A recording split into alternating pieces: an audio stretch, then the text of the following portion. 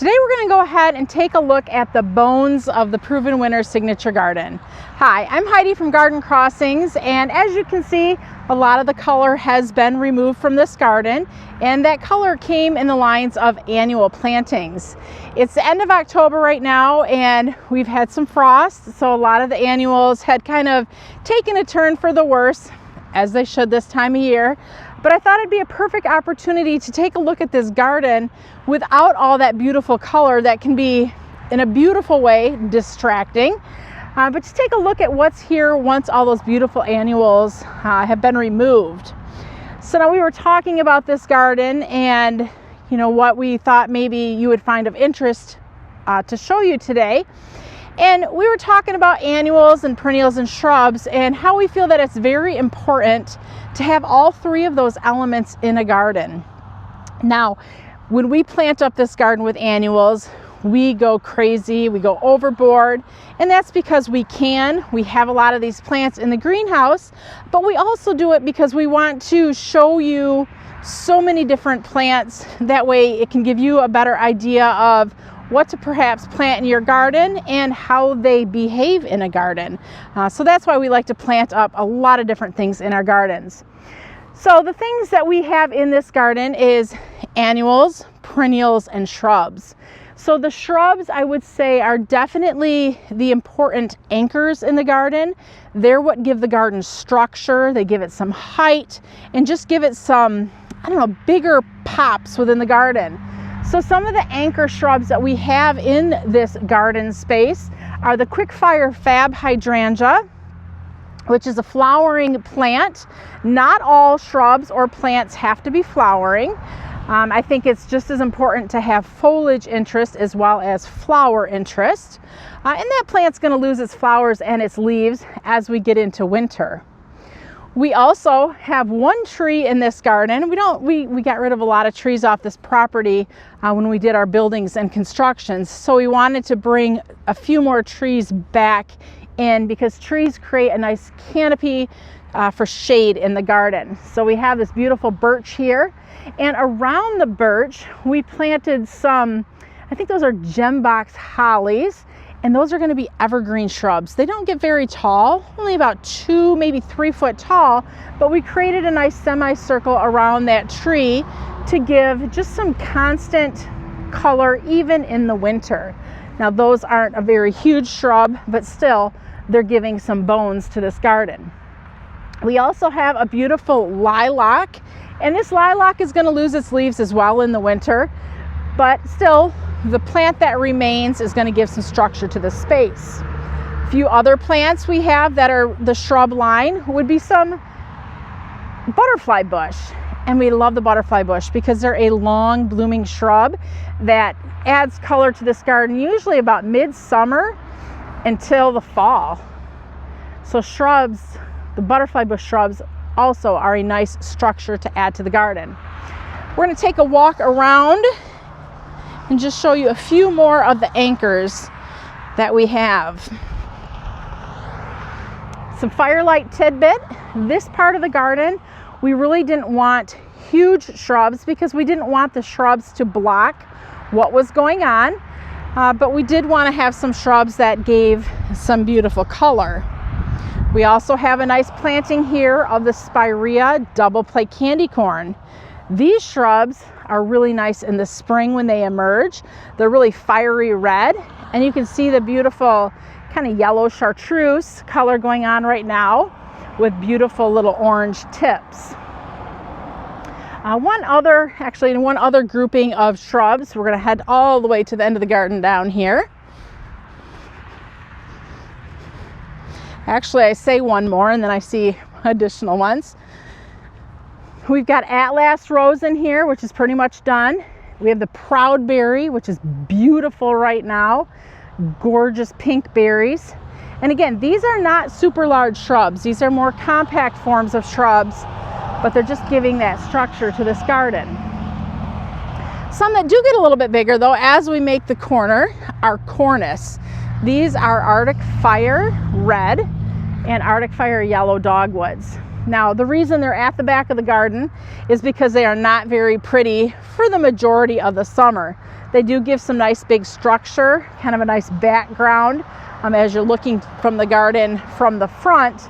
But these plants were planted intentionally for winter interest. You know, you can't always think about summer as being your time to shine. You have a garden and you want it to be able to shine year round. So the red twigs and the yellow twigs from these cornice are what give us here the winter color. So those are the shrubs. Now we also love to use perennials in the garden because perennials kind of cycle through. Perennials usually have their 4 to 6 week window of color. They are beautiful, and then a lot of times they kind of fade. A lot of perennials though, if you go ahead and give them a light trim, they will be back blooming again for you maybe in another month or two. But as we look at the perennials in this garden, when we plant the perennials, we're very intentional of making sure that the perennials that are planted aren't all blooming in May, because there would be nothing worse than if this garden was all blooming in May and not having other colors from perennials throughout the season. So when we're planting up the perennials, we want to make sure that we are covering anywhere from about April is when we'll start seeing some flowers in this garden, through October if we're lucky enough to have a warm fall. You can see the garden mums are really what's given us the color now, and those are, we plant them as an annual, but sometimes we're fortunate enough and they come back year after year, so then therefore they are a perennial. So a lot of our shrubs are kind of more upper in the top and in the middle of this garden. A lot of our perennials are more mid to upper in this garden. And what that does is it leaves us a lot of space all around the edge of this garden to plant annuals. Now, I know there's a lot of people that are like, I don't want to plant another annual again. Because you do. You have to plant annuals every year. A lot of people like perennials because they plant them once and they're done. But for us, we love to add annuals into our garden beds. And the reason why is although the shrubs and the perennials do have their point in time in the garden and are beautiful, we like to have a consistent splash of color.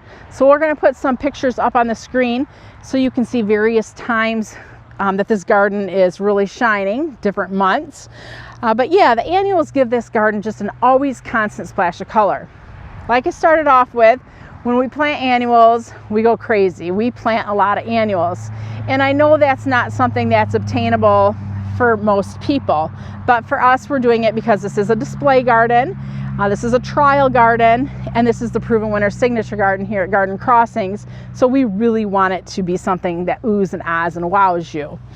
But the annuals have now been taken out, and I thought it was a perfect opportunity because many times people will ask, how are you watering them? What are you doing? Well, by removing the annuals, you're kind of seeing what's going on underneath. This garden bed gets watered with underground sprinkling, and the whole garden is covered. What we found though is there are areas, and we'll kind of keep walking around the garden, there are areas specifically around the bottom here that just need a little bit more water than in other areas. And typically speaking, annuals do need more water than what perennials and shrubs do. So since this is the area in which we are planting most of our annuals along the bottom here, and in this area here, you'll see how we even have it kind of zigzagged. We have a drip tube line in here. So this is essentially, it's just a sprinkler that's a dripper type sprinkler. So this way, where we plant the annuals, they're getting that extra water that is needed. So that's kind of what's under what you see going on. First year we didn't have this in, and we really could tell that the garden was suffering because it just wasn't getting enough water. Once we added this in, it's been perfect, and the plants have looked gorgeous. Another thing too I'll tell you about this garden that we do is we usually come out here about every 2 weeks and we do fertilize the annuals.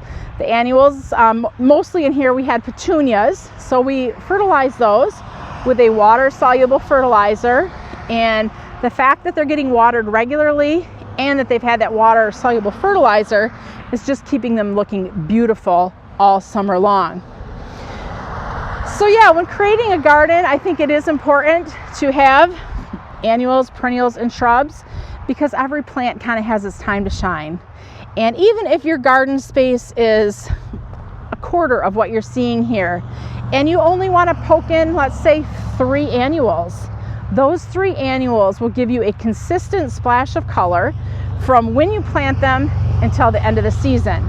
So it gives your garden some consistency of color while all of the other shrubs and perennials are finding their time to shine. If you have any questions or comments, please feel free to leave them below. If you're new to our station, we invite you to subscribe. Thanks for watching. I'm Heidi from Garden Crossings.